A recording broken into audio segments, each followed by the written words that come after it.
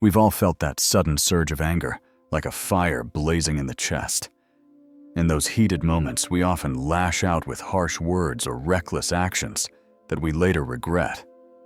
The Buddha once described anger as one of the three great poisons of the mind, alongside greed and ignorance.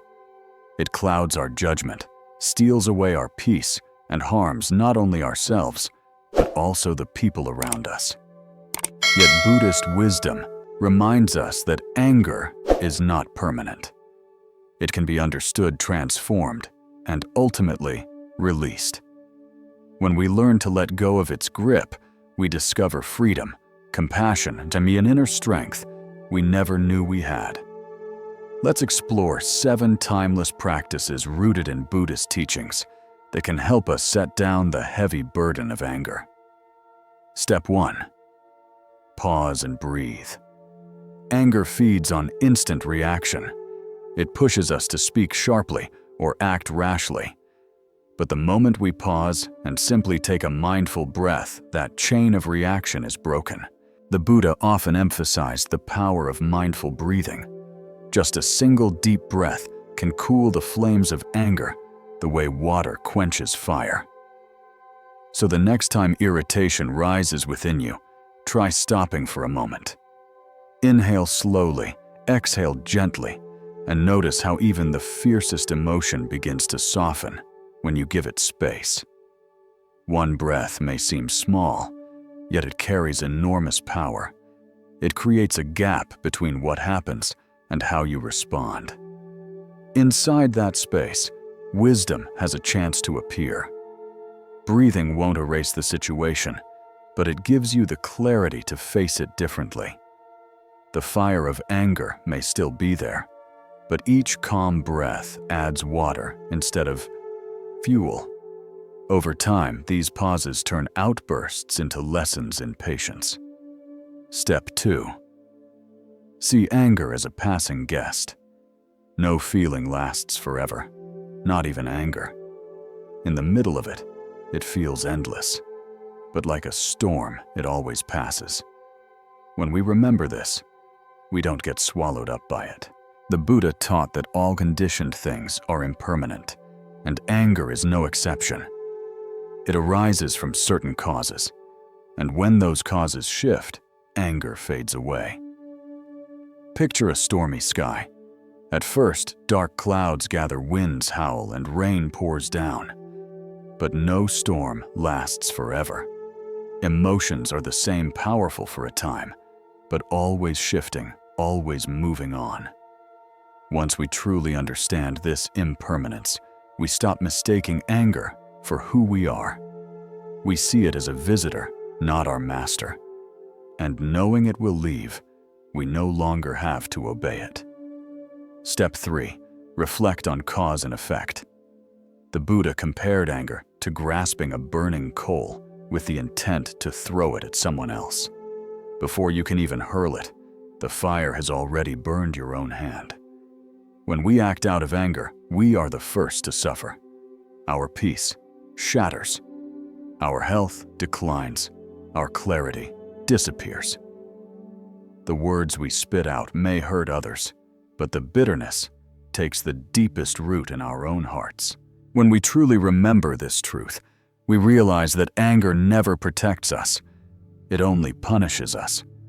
Far from being a shield, it becomes a whip that strikes us first. Think of those moments when irritation rushed you into speaking too soon. The words might have brought a flash of relief, but regret always crept in afterward. The law of cause and effect never fails. What we sow, we eventually reap. If we scatter the seeds of anger, we will harvest conflict and pain. But if we plant seeds of patience, the fruits we gather are peace and harmony. This awareness of consequences becomes a kind of inner armor, protecting us from being consumed by anger's fire. Step 4. Cultivate compassion. Most anger is born when we focus only on how we've been hurt, replaying the wound in our minds. Yet Buddhism urges us to look deeper. Behind the harsh words or cruel actions of another person often lies their own suffering, confusion, or ignorance. When we recognize this, something shifts inside us. Anger gives way to compassion. We see that the person before us is also struggling with pain, and our hatred would only add more weight to the suffering already in the world. Compassion softens the heart, and in that tenderness, anger dissolves. It takes tremendous courage to meet hostility with compassion, but this courage is transformative. The Buddha once taught hatred never ends through hatred, but only through love. When we view an angry person as a hurting person, our own rage naturally begins to fade. Compassion doesn't mean excusing destructive behavior. It simply frees us from being chained to resentment. It allows us to respond not with weakness, but with wisdom and strength rooted in love rather than hate. Step 5. Release the grip of ego. Much of our anger has its roots in pride. We feel ignored, belittled, or disrespected. But the Buddha revealed that this self we cling to so desperately is not fixed or permanent. It's like a shadow appearing real, yet without lasting substance. When we loosen the grip of ego, many of our reasons for anger dissolve on their own. We realize there is nothing solid to defend. The things that once provoked us begin to lose their power. Ego is like a fragile mask we polish and guard, as if it were our true face. Every tiny scratch feels like a deep wound. But once we recognize that the mask is not who we really are, insults no longer cut so sharply. We find ourselves laughing at the small matters that once felt so serious. Letting go of ego is not a loss. It is a homecoming to our true, unshaken nature. Step 6. Embrace the power of silence. Anger often demands to be expressed immediately, pushing us to speak words we cannot take back. But silence is one of the most powerful practices we can choose.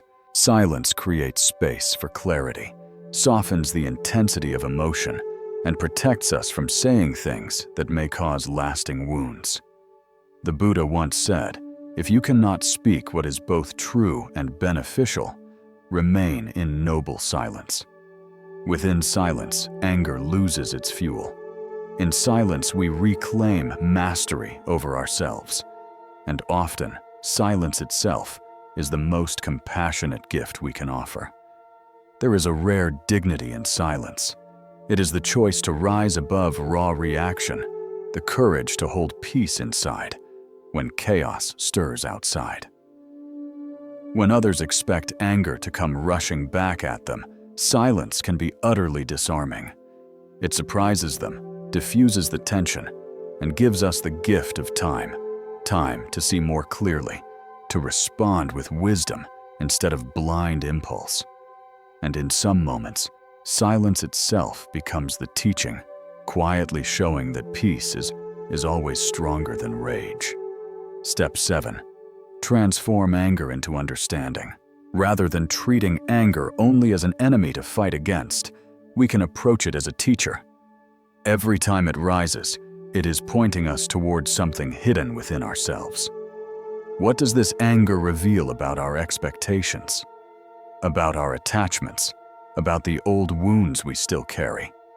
When we turn anger into a mirror instead of a weapon, its destructive power fades. It becomes a source of insight, guiding us to the very areas of our lives where growth is needed. The Buddha reminded us that patience is one of the highest virtues. To endure difficulty, to sit with anger without being driven by it, that is a strength greater than brute force. With patience, reflection, and genuine understanding, anger is no longer just fire, it becomes light. Every flare of irritation reveals a deeper longing, the need for respect, the yearning for fairness, or the desire for love. By looking beneath the flame, we uncover the human heart behind it all. In this way, understanding transforms anger from an enemy into a messenger. Instead of burning us, it illuminates the path forward. Anger, once destructive, can actually become a teacher pointing us toward compassion, clarity, and wisdom. The 7 practices to release anger. Pause and breathe. 2. Recognize impermanence. Reflect on cause and effect. Practice compassion. Loosen the grip of ego. Choose noble silence.